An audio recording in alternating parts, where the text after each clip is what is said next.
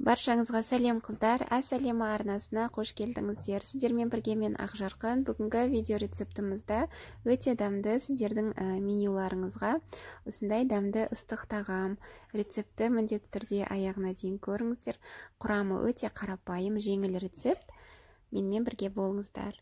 Сиыр етінен тартылған фаршты аламыз, оған күрішімізді саламыз және сақтап тұралған бір пияз, тұз сеуіп, қара бұрыш сеуіп, жақсылап араластырамыз. Құрамы кәдімгі тефтелидікі тәріздес. Күрішті біз шикі күріш қостық. Жақсылап араластырып алдық. Енді бізге 4 немесе 5 жұмыртқаны асып алу керек болады. Осылай 2-ге бөліп аламыз. Алақанымызға фарштың кішкене бөлігін алып, жұмыртқамызды салып, бетінен тағы фаршпен жауып, осылай дөңгелектеп немесе сопақша котлеттер дайындап аламыз. Енді біз осы котлетімізді аунату үшін клярын дайындап аламыз, яғни 2 жұмыртқаға 10 қосып, кішкене тұз сеуіп, жақсылап араластырамыз, біркелкі етіп. Осылай венчиктің көмегімен араластырсаңыз жақсы араласады.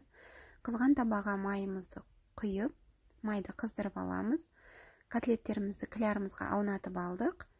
Енді сырты сарғайғанша ғана котлеттерімізді аунатып, қуырып аламыз.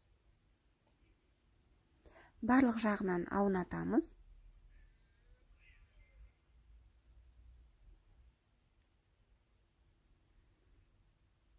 Шеттерін, жандарын барлығын майға аунатып қуырамыз.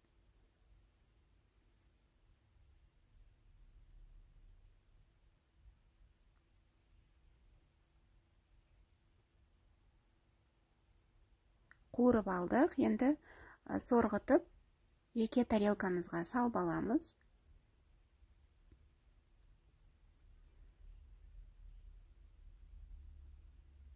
Негізі тез дайындалады, көп уақыт алмайды.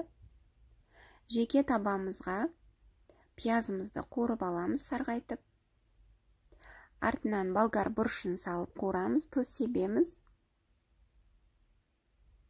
Кішкене жартылай қуырып аламыз. Одан кейін ірілеу туралған картопымызды салып, кішкене араластырып қуырамыз және томат пастасын қосамыз.